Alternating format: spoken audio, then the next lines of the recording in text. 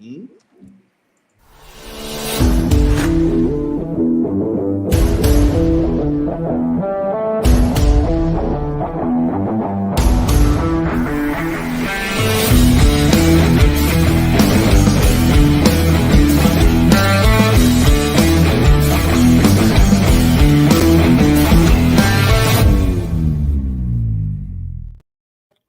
Good evening and welcome to this edition of A Walk Down Memory Lane. I'm your host, Earl Baisden.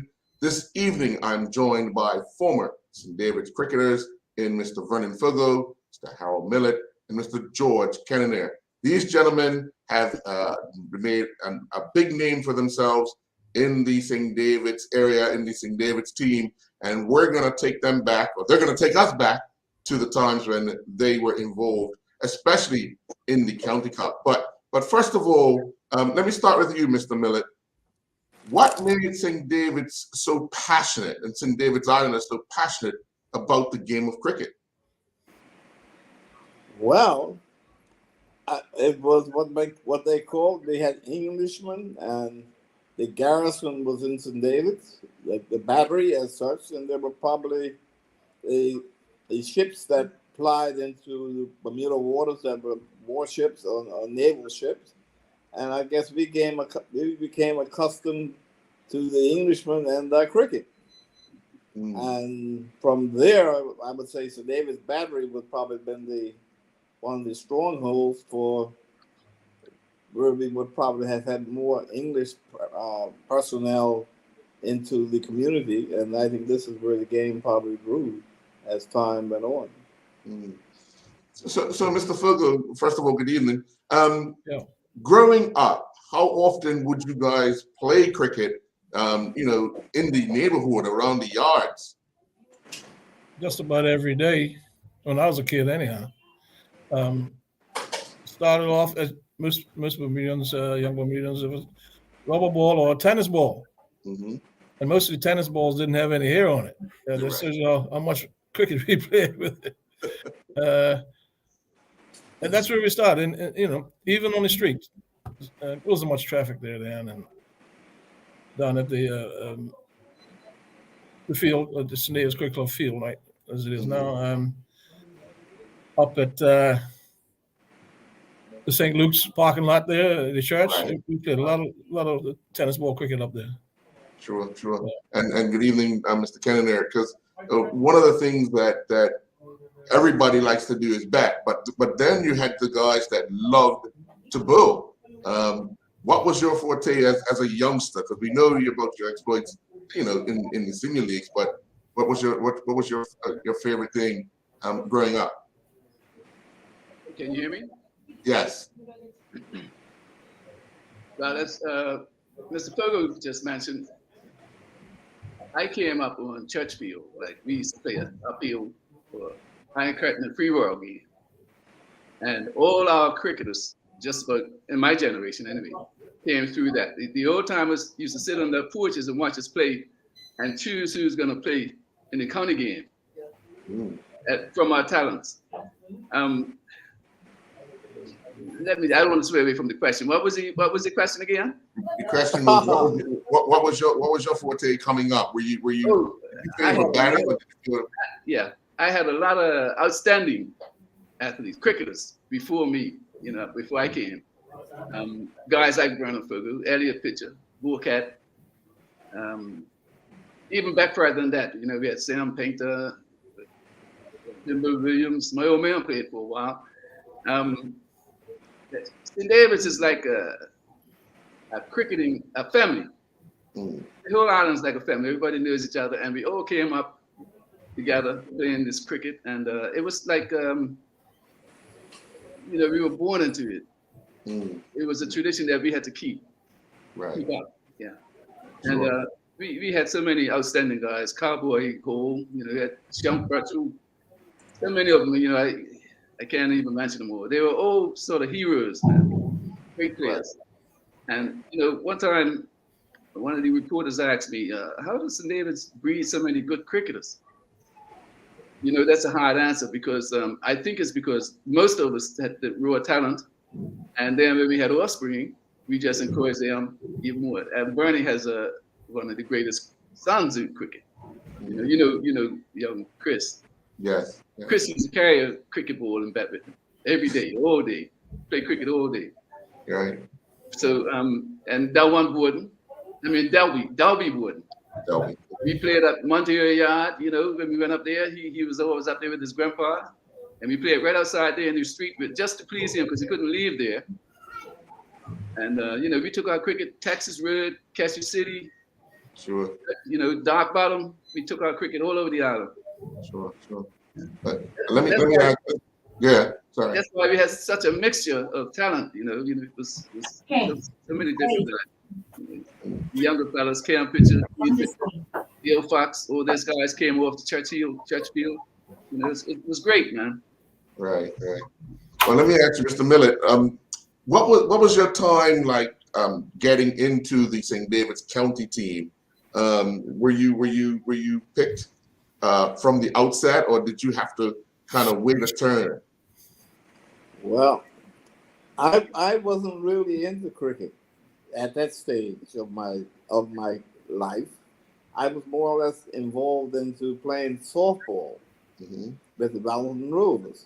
Yeah. And it came at a time when there wasn't a league proper that tuned the teams up like you do in cup match, where you played a game on a Thursday or a Sunday, and sometimes this would be the opportune time to give what they call St. David's a trial match. Yes. Now behind that was Mansfield Smith, better than his Bojangles.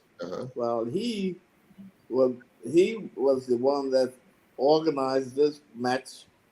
When we would probably have, let's say, the Mountain Rovers had a group of cricketers like Doc Steed, the Danbrook guys, and a few others that we made up the team to give St. David's a warm-up match, you might call it. And out of that match came, I think, the opportune time was to probably perform. And I didn't think up no more about it than the opportune time to have a game of cricket against the club.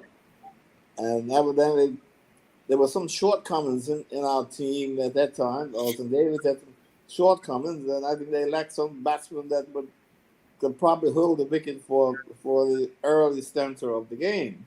Well, I wasn't an opening bat, and so therefore from there was the possibilities that we gave St. David's quite a match, and probably my performance in there, they said, well, that's like somebody we can bring over to our team.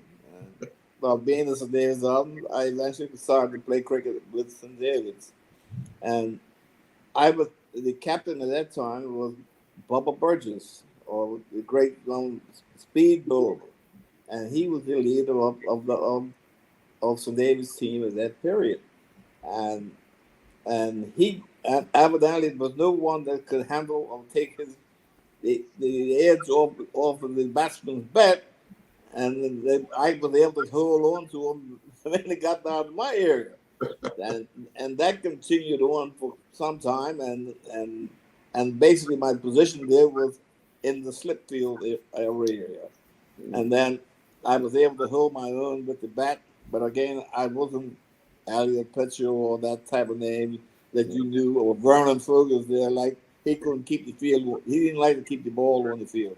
But I like to keep the ball on the field, and I proved that I could run between wickets. So that was basically how I got into the club as playing cricket. I was always a member, but I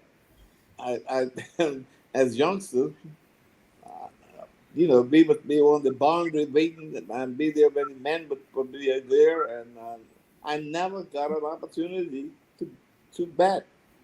And I would see these men coming and going, and the captain now invited me to go in and take one ball or six balls, and somehow I lost my passion by not being able to. I'm there training day and night, and I didn't get no opportunity to get a poke, you might say. Sure. And but I'm just saying, I was just fortunate. I came at a time when St. Davis was be playing against Cleveland County, and we did tremendous things with the players that we had at hand, because we didn't have Gerald Burchell at that time. We didn't have quite a few of the players that would say were the highlight cricketers. Mm. You know, Peter Richardson better known as Buck, but Cal Richardson, was Peter Richardson. Peter Richardson was his uncle, and we went on with positions. We were going to be happily playing our game at Cleveland County. Now, I don't know if you know too much about it, Mr. Chairman, Mr. Basin, and when I say that, we were going up there to play at Darrell's Oval, and the only thing we knew about Darrell's Oval was it didn't have the concrete pitch, Okay. and so that put us into quite a quandary. And so Mr. Gilbert Lamb, who was the president, was a fisherman. Mhm. And if you are familiar with the entrance into St. David's Cricket Club, where there's two white houses are there as the gate houses, I might say. Before they were built, all this traffic went in through to the cricket ground through that area.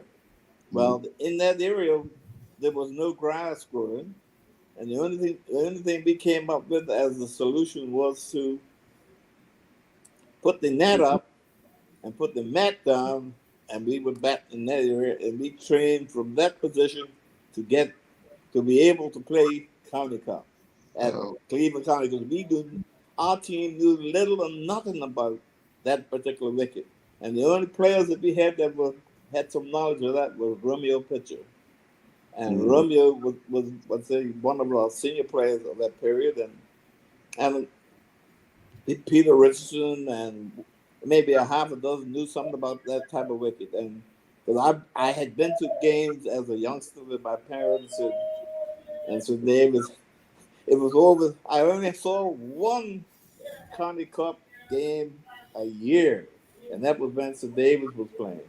And so but we broke the ice at that particular game, and Mr. Bubba Burgess, who was a renowned cup match player. He played in that great era with Buster Smith and all of those types. And he just so happened to be the chosen as the captain of St. David's at that period. And I would say we were just fortunate. And as I recollect the game, we had a good score, but when do you declare? And fortunately, after lunch, the big bats that were supposed to do the job, they didn't that didn't materialize, and so forth. So forth. We didn't have to make that decision of making what they call declaring your innings. Right. So anyway, from that period on, I was fortunate to have been playing, like having my first county game was with Bilbo Pitcher, and Bilbo Pitcher was at a time when he was almost unplayable as a youngster. He was 15 years of age. That was about all he was at that time. And he went into that area. He knew little or nothing about that particular wicket or pitch, and we brought the bacon home. And let's say it was quite an experience. And from there on, St. Davis never had we never was able to. We would win the cup, but we were never able to defend the cup. That was one of the challenges that we had, as I could see. I remember Peter Fox being the captain, then he broke the ice when he took the cup from Baylor's Bay after 19 years of no county cup. So you understand why I never had the opportunity to go into no more than one county cup game a year. and usually it was nothing to celebrate other than being there at Platts, Baylor's Bay, was Ducks Puddle, And at Cleveland, it was the Darrell's Oval. And that Okay. they were the three major fields. And when you hear sometimes people will say, St. David's played County Cup down there on Blackhorse, it never happened. It never happened. Because we never hit the cup for 19 years. Okay. And when the St. David's field came into being, when the St. David's good today before the Lords and so forth, the first county game that was played there, we were never the we weren't the champions. Mm-hmm. It was a position when Flats Victoria Cricket Club made improvements to their ground, and they sought to play the game, but St. David's allowing them to play the game in St. David's. Okay. Again, I saw two bits of a match. The first day of the game, the first match they played. The game was halted because of rain. Mm.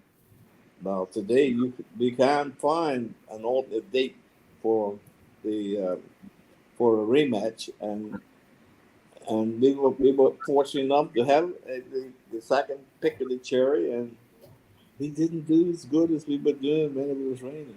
Oh. And so from there, I would say that was the first game that was played in St. David when Flats was remodeling their ground. Okay.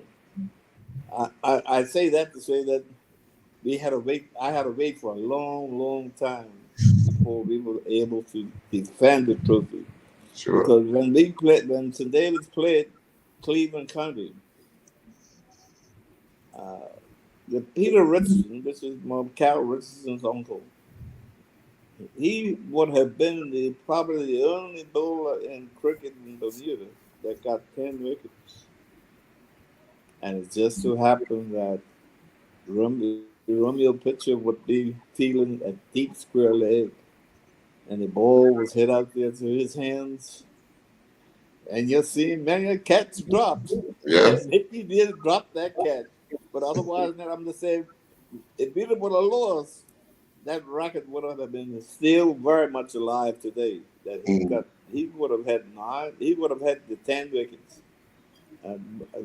That's how the game goes sometimes. But I have many things I could say, but I'm gonna give Vernon and George. All right. If they got a question they want to throw at me, I'll try. Not a problem. But what we're gonna do is we're gonna take a quick commercial break. When we come back, we'll get back into this conversation with the former St. David's Cricket Club county players. We'll be right back. But I just want to say one other thing, sir, before I lose my train. Believe it or not, the most senior player in our club today is Mr. Sam Painter. He is the most senior player that has played County Cup. And he was formerly, I think, with the team that broke the ice. And then he got away from cricket, playing with the St. David's, and he came back. When St. David started the building of let's say he was building, but say the area of when St. David didn't want to give up the trophy. We had a dream. We needed the cricket club, and when we wanted that club, the cricketers forfeited many opportunities to have gone overseas to visit the Caribbean and so forth like that. And the cricket dedicated their time to seeing that clubhouse was going to be the aim and the life of St. David's. Sure. We'll be right back.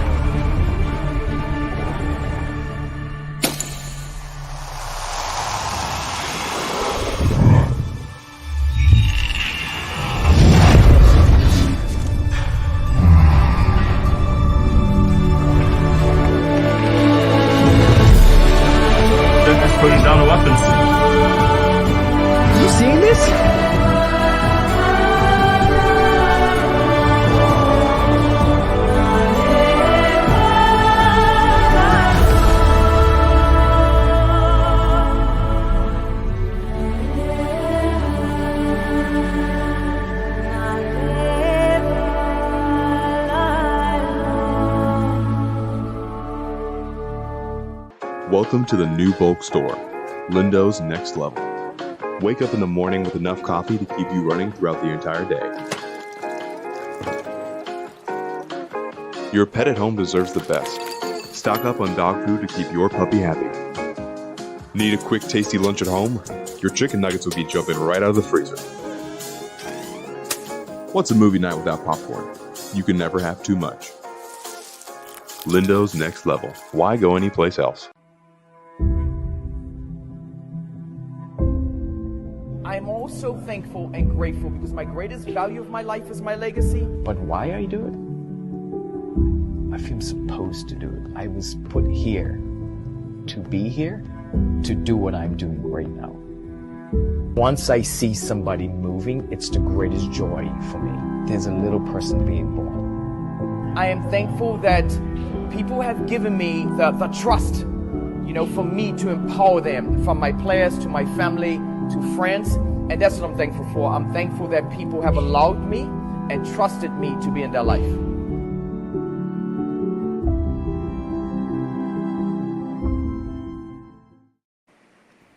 Welcome back. Mr. Fugo, can you remember your first time in the St. David's County team?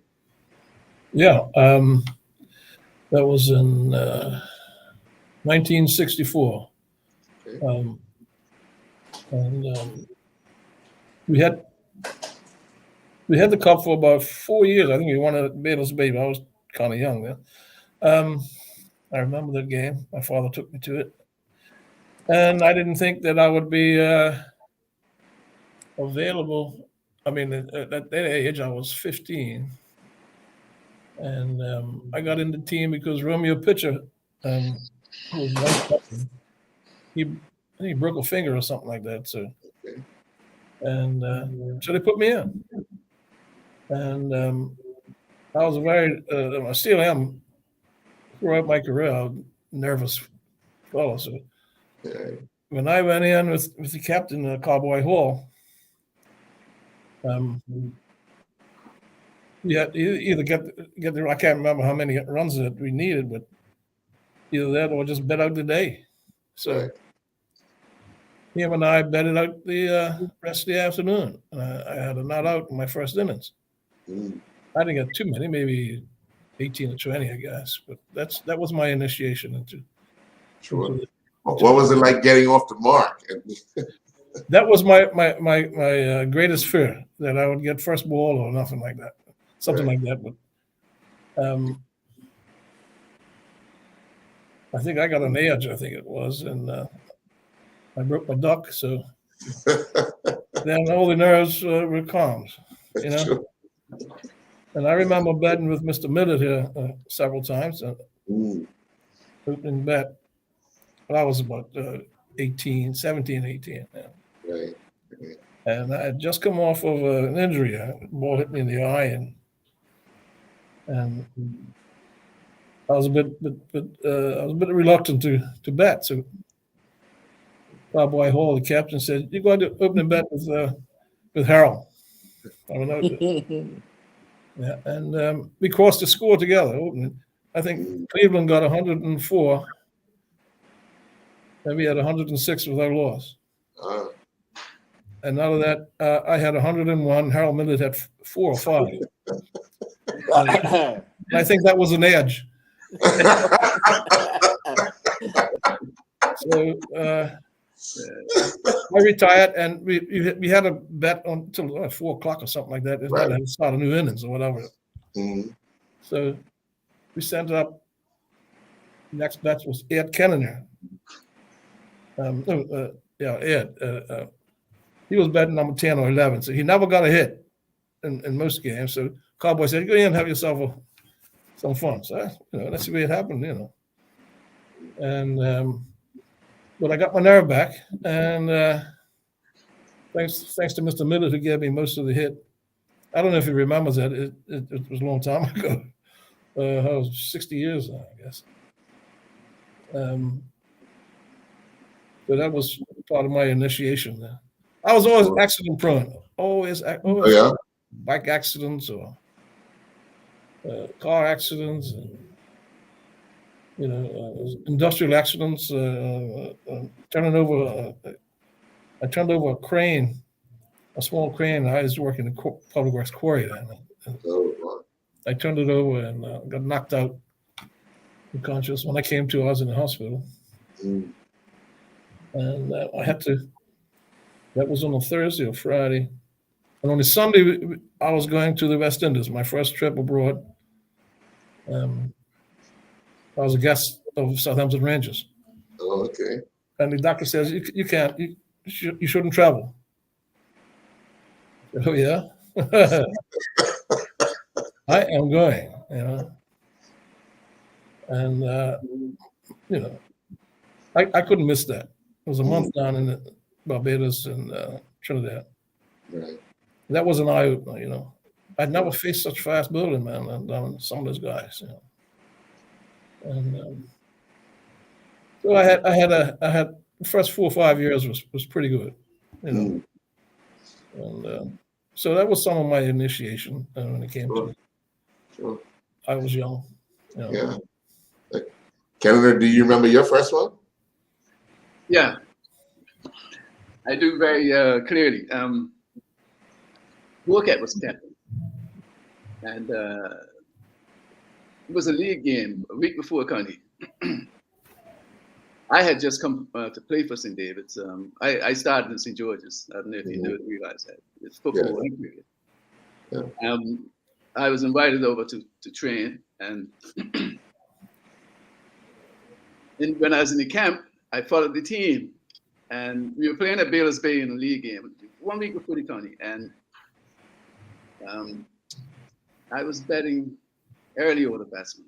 I was always an early order batsman, and well, in this case, I bet it down the line. Woolcat, Verner's brother, Wisey, didn't show up, and Woolcat was captain till I didn't have no gear with me.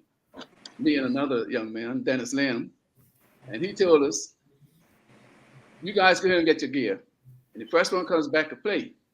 When he said that, man, I took off. I came back and I played, and I made 86 not out, and it put me right in the county game. Wow. My first county game, Elliot ran me out. Elliot pitcher. I was very disjointed and discouraged, and I was really angry, man. I think I threw my bat, man. And it wasn't very nice at the time, but I think my disposition kept me from a lot of my opportunities when I was younger. But that was my initiation. I made about 2 or 3. I came in as a sort of like an all-rounder because I could bowl, and Cowboy sort of favored me. But Cowboy didn't play. I played in a couple of league games under Cowboy. And by the time I made County, I was 20 years old, and Woolcat was captain. So I remember that game very distinctly. Yeah, I think it was against Flats on St. David's. Right. Yeah. But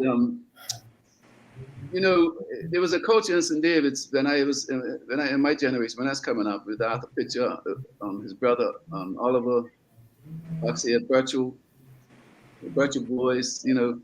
We didn't put much emphasis on league cricket. We just went out and enjoyed to play the league. We played cricket to play. County was the most important thing on St. David's. This county cup. Sure. It was just bred on us that way. We had to. It was our duty to play, represent St. David's and County. It seemed, and I'm glad. I'm glad I stuck with St. David's because I'm born in St. David's. These guys used to call me immigrant. Oh yeah, an immigrant. And I was the only one on the team that was born on St. David's. So I used to tell them that, look, man, you guys were born up the hospital. You're calling me an immigrant? I was born right in St. David's. But I've had a lot of memories, man, and when I was playing with St. George's, of course, my brother Ligay was captain. Yes. And my brother Edwin, I think, was vice captain. And I was the first change bowler. And, I never forget those days because Dennis Bainwright, when he first saw me bowl against Flats up there, he swore on, you'll go straight into cup match.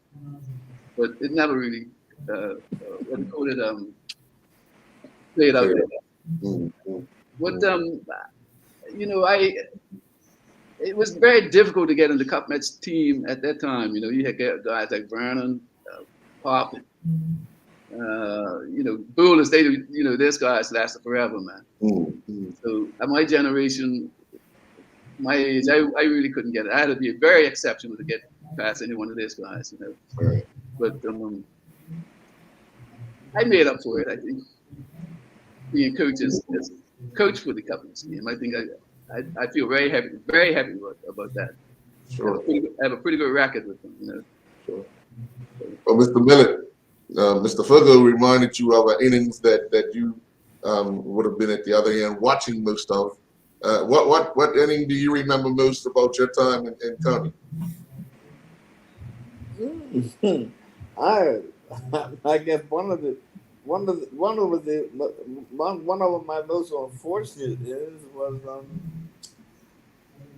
we lost the county cup to Flats, and we had a modest score to chase, and we had all our ammunition there except for maybe one or two. But I think the score, if it be true, was under 150 runs, and for St. David's team that we had at our that was just usually Vernon or Donald score if they were cocking, and then we shouldn't have had to use Gerald Butchell or the heavy hitter at that time to get that score.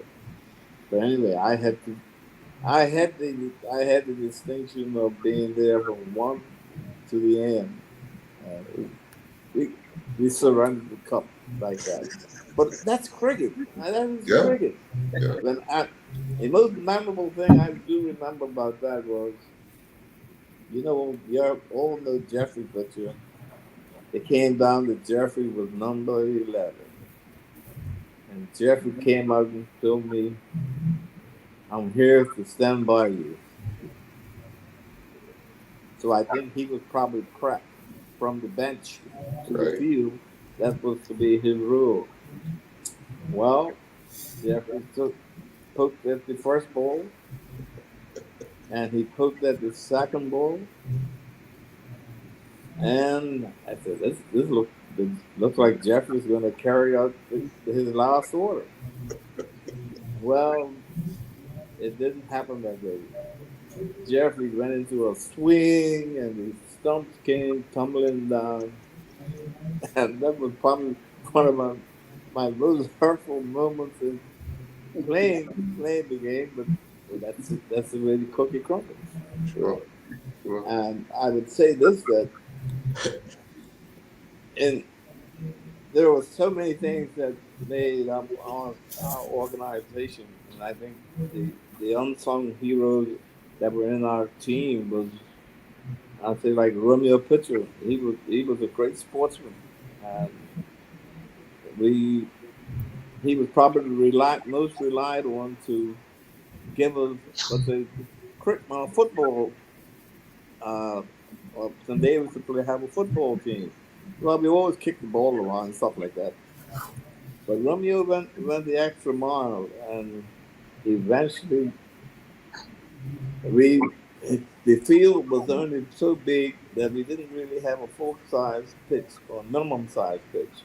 And the grounds that you see there today were created primarily through the efforts of the then D.J. Williams was into education. I think he was the director of education at one stage of his career. But he had put a time with St. David's men of that period that probably were in the war service or the war years. And he got to know Mr. Gilbert Lamb, probably Grover Lamb, and then Ireland. All the lambs were in that Pacific area. But with the persuasion of our management then, Mr. George Miners, Mr. Roy Smith, who was the grocer there in St. David's, where you now see the gas station. He was the secretary, and God only knows how many years he was the secretary, because we had, it was a struggle, and the club met at the St. David's School for their meetings and so forth like that. But I'm just saying, Mr. Gilbert Lamb and those pioneers that were the management of the club. I think they must salute them for their energies in keeping cricket alive in St. David's. Sure. And because there were many opportunities for what do you call it, the men there that were playing cricket at the time, we got the opportunity to bring the game, or to, I say, for, I wouldn't say Vernon so much, but we must salute the school teacher that was there at the time was Mr. Teddy Richardson. He was a young male teacher, and he saw some of the faults of our potential cricketers, because we were just we were students, and he took us away from what's say cross batting was the language then to say when you weren't playing correct English cricket, you know. And I say there were cricketers that did benefit from his tenure there in St. David's at that period. I think that's when our game began to grow from that period. If you saw people uh, I wouldn't say only Gerald, but like Visey and all of those, that's Vernon's brother. And then we had such people like I'd say most of us that went to school in that period that were men, and was only, and I think there was one other, Mr. Chesley Fogel and Carl Fogel, and you all know Boxhead Fogel.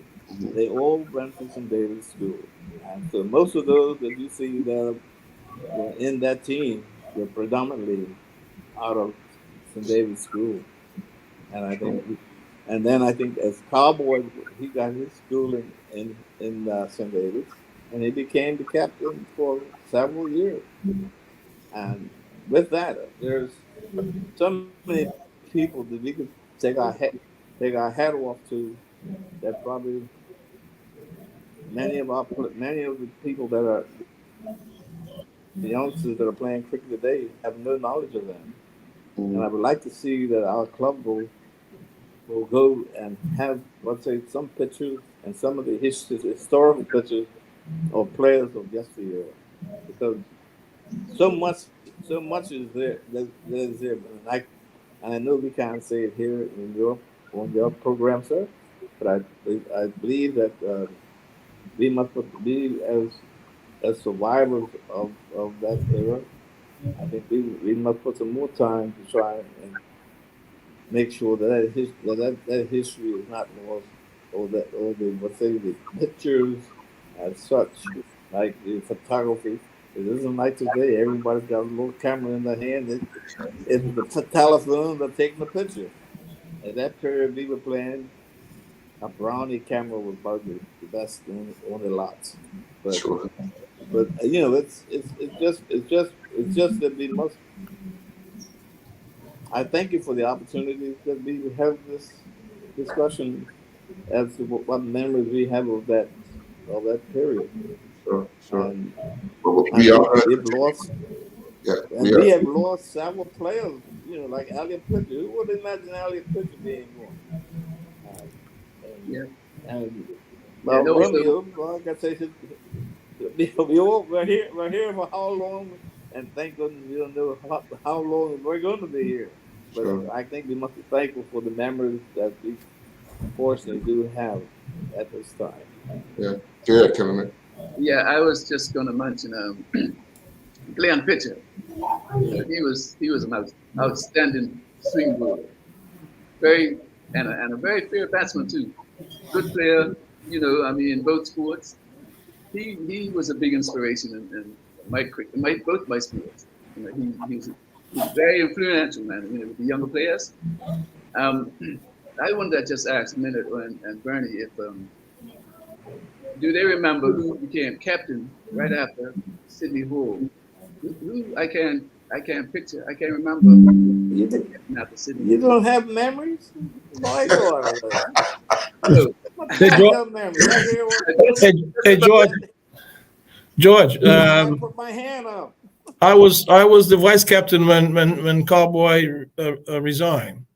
Okay, so you became captain then at a very young age. It was during the when they were picking the team, right? Mhm. I had been captain for the year, but some of the senior players, well, more senior than I was, Right. said I didn't know enough about the game, Too young. and they outvoted me and put Gerald Burchell there. Oh, I remember when Sharp was captain, but I didn't know who followed them Cowboy. Yeah, that was it. Yeah, Yeah. I never forget that. Boy, it was a rockers meeting there, man. I tell you, doing that, picking that team. We've had a lot of meetings like that. I was sitting there, and some were for me and some were against me. You know, I've been playing since I was, 14, 15. Yeah. And I was 22 then. And that happened. I've been captain. This was my second year, and I was a bit disappointed. But some of the older guys, I think, was Buck Richardson and Gerald and Bourquette and those guys. Yeah, He hasn't had enough experience captaining the team. I said, okay, well, you got to start somewhere, but is that what you want? That's it. That's a crying shame. It might have been a lot different. Even my cricket, if you had been captain. Yeah. So a lot of the guys back then, they thought they could play forever. Yeah. Yeah, you know, there's our selection committees that night. You remember when the members had a right to take out one player if they didn't like it? That was good. That was gracious. I played. It caused a lot of disruption down Oh man, I tell you, it was embarrassing, man. I tell you. I'm glad we don't have that in our room. It was embarrassing, man, because sometimes the language and the threats and oh man, and what they called it back there, passion. Yeah, yes. passion. Yes. But I would like to say that when you go back in that stanza, the cricketers, we had a real problem. We had our most respected wicketkeeper at that early stage of our career was Mr. Tinky Fox. Yeah. Now, when we talk about Mr. Fox was, we would say, Dennis Van Wright learned something from him. Yeah. Now, I'm going to say that's some Davis on Chip in there. I hope Dennis don't take it so hard. But I say that to say that Mr. Fox was the wicketkeeper that he took all bowling up to the stumps. Yep, I remember. And he didn't have no protective gloves with his wicketkeeping gloves. It's fearless. So to make a long story short, Mr. Fox, being the wicketkeeper that he was, he got I'd say his index finger area was split, and he was unable to play the next county game. And it came down to positions. We were playing Bayless Bay, the most feared of them all, and so in the meeting room, the let's say crisp of flying and foul language was in the air, and next thing I knew, one of our committee members slapped one of our cricketers that was very outstandingly speaking his mind at that time, and he must have been up too close to Mr. Fox, and next thing you know, you could hear it, but he didn't fall from that blow. And so with that, we wound up. Are you all aware of Sidney Collins, Shock Collins? Yes. Well, I don't think you know too much about him as a cricketer. But anyway, Mr. Collins and Shot was in that cricket team at the time we won the cup when Mr. Peter Fox was the captain when Sir Davis broke that up. And so Shot was playing. Well, he was an avid softballer at that time with me. And so it came down to this question of who we were going to put behind the wicket. And we knew that Jonah could do the job, but Jonah was that smart. He wanted to bowl. So if he was wicket-keeping, he wouldn't be able to bowl. Right. So he chickened out from that position of being the wicket-keeper. So we wound up having to choose someone that was a cricketer, and he was Mr. Joe Miners.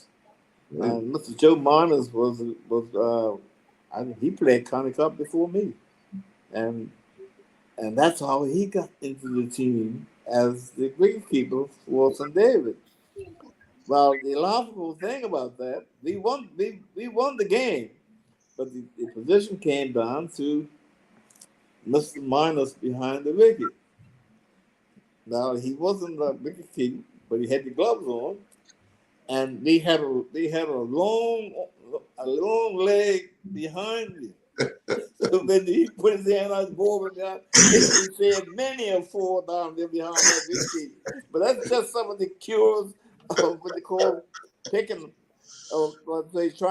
We always wanted to have the right team for that day.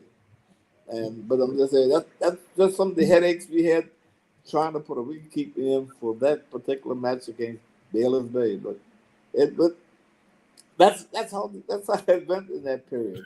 But I'm just saying, but to select that team, the team was presented at a meeting in the club, and the club and that meeting was held in St. David's School. But after that, they all laughed and smiled. After they jumped, Mickey got his little slap against his jaws and so forth. I think it helped them to be more alert on the field. But we're going to take another commercial break. When we come back, we'll talk more with these former St. David's Cricket Club county players. We'll be right back. I'm also thankful and grateful. My greatest value of my life is my legacy. But why I do it? I feel supposed to do it. I was put here to be here, to do what I'm doing right now. Once I see somebody moving, it's the greatest joy for me. There's a little person being born. I am thankful that people have given me the trust, for me to empower them, from my players to my family to friends. And that's what I'm thankful for. I'm thankful that people have allowed me and trusted me to be in their life.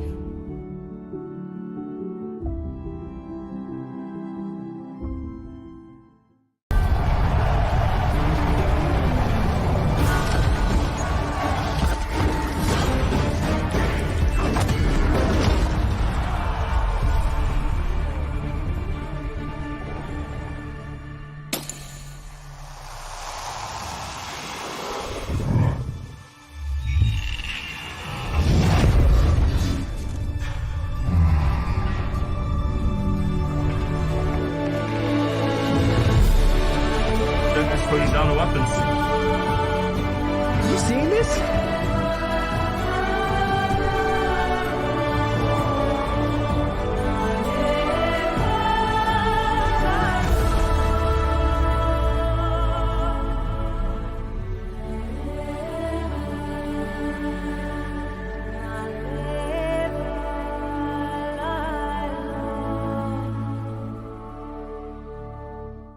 Welcome to the new bulk store, Lindo's Next Level.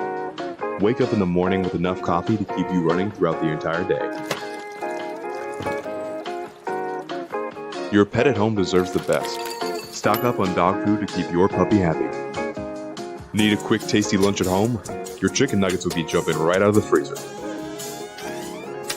What's a movie night without popcorn? You can never have too much. Lindo's Next Level. Why go anyplace else? And welcome back.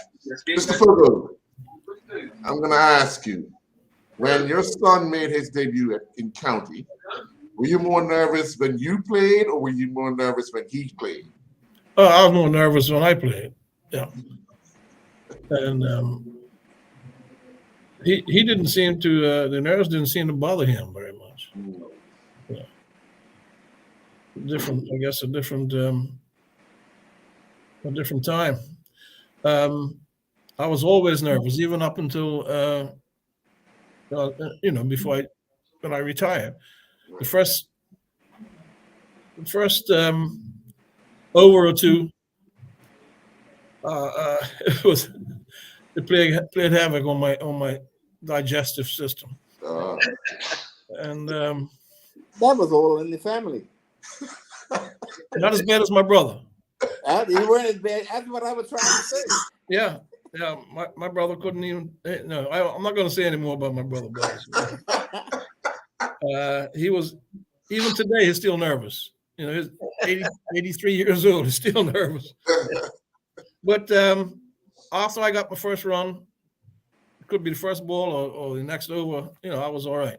Yeah. You know, the ball seemed as big as a softball to me then, and it was cool. Yeah. It was cool. And I said, well, these guys ain't gonna blow me out today. So that was the attitude. Canada, you had sons that played as well. So were you more nervous the first time you played Connie, or were you more nervous when they were playing Connie? Who, me? None didn't have no sons. Huh? I didn't take first ball. Put it that way. No, I was asking George. That took the edge off. Me? Yeah, I was asking you, George. Oh, yeah. It's always a level of nervousness when you're playing cricket, man. Especially when you're batting. You know, and the other thing, you see, there's always a crowd to these county games. You know, and that's what that added to it. You know, but like Vernon said, once you get over that nervousness, then it becomes routine, sort of, almost. I used to enjoy fielding. You know, I love fielding, and I think when a few games I played under Cowboy, he noticed that.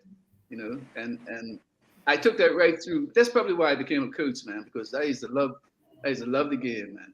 Well, I still do. Right. And you know, I try to emphasize to these youngsters nowadays that, you know, you have to be able to catch in order to play the game. You know, if you can't catch, then, you know, it doesn't make sense. You know, most builders, I tell the builders that, you know, if you have open builder, pace builder, you have to be able to catch, because you're not going to make very much runs with the bat. So work on your field, work on your catch. And, you know, that was the part of the game I loved the most, man. You know, just, you know, in the field taking catches. And I remember one catch I dropped very distinctly. That was Neil Gibbons in Connie Cup. And Glenn Pitcher was fielding square leg, and Neil had a habit of hitting the ball square leg, up pitch. And I was fielding somewhere like middle off or something like that. So I made a deal with Glenn to switch positions. So he took my deal, put me over there. Neil tipped the ball right to me. Routine catch. I ran, I must have stepped in a sink. Bayless Bay was always sinks. And the ball struck me right in the chest and rolled right down on the floor. Oh, man. Gerald Burcher was building. Thank God Gerald Burcher couldn't build him in this next over. Thank God he done that, because Glenn, he never let me live it down. Never let me live it down, man. Because I was sure, that was one of the few catches I dropped in Connie. I haven't dropped too many catches in my whole career, but I remember that one distinctly because it was little. Yeah. Mr. Miller, let me ask you, when you were playing, what did you like to do first, bat or field out? What was your team batter at? That's putting up a two. That's a good one. I prefer to have, if you win it to us, go to bat. But I had no second thoughts about that. But we had some players that was in our team. They would have preferred that we would have felt out. But I think from my perspective, I prefer to take advantage of what they call the toss. Or if you could put in, well, we knew we had to knuckle down, because that was probably the best opportunity was to get an advantage over St. David's, and then let's say that would have been the easy path to the victory. Sure. But nevertheless, no, we were. I don't think we had too many problems with making that decision. It was go with your luck, especially if you won the toss. Sure. What about you, Mr. Bugger? What about you? What did you think when you were in the team? What did you think you were better at? Setting a turtle or chasing a turtle? Getting mine first. Well, because there's concrete mats on it. The wicket was true. Right. The atmosphere had nothing to do with the turf wicket, the grass wicket, ball staying low.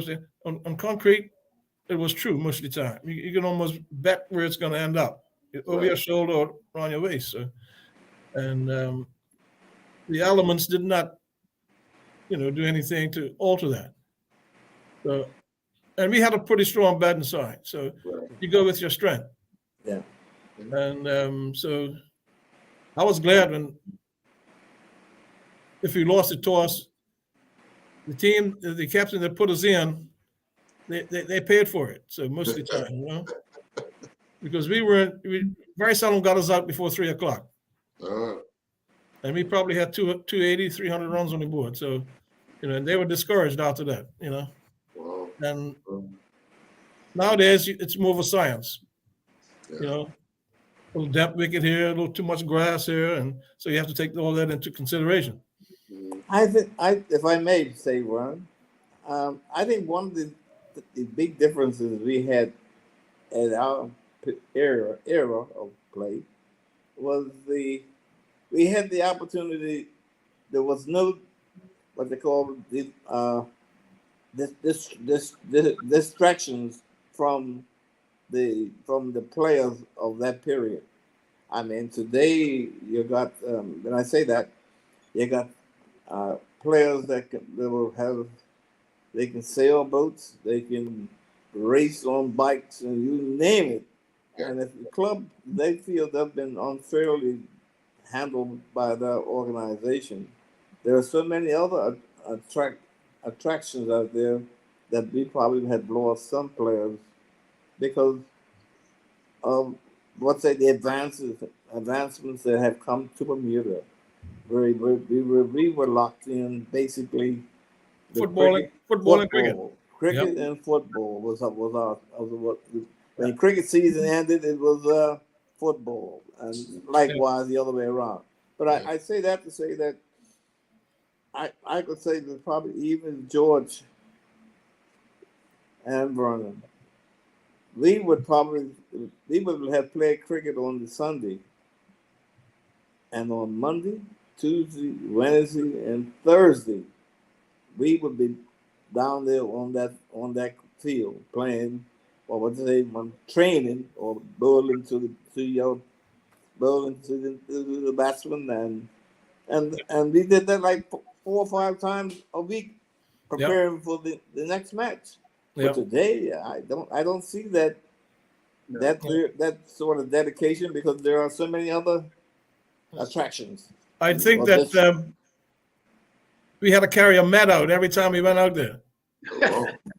But a lot of them, the Dutch, they would not have done that.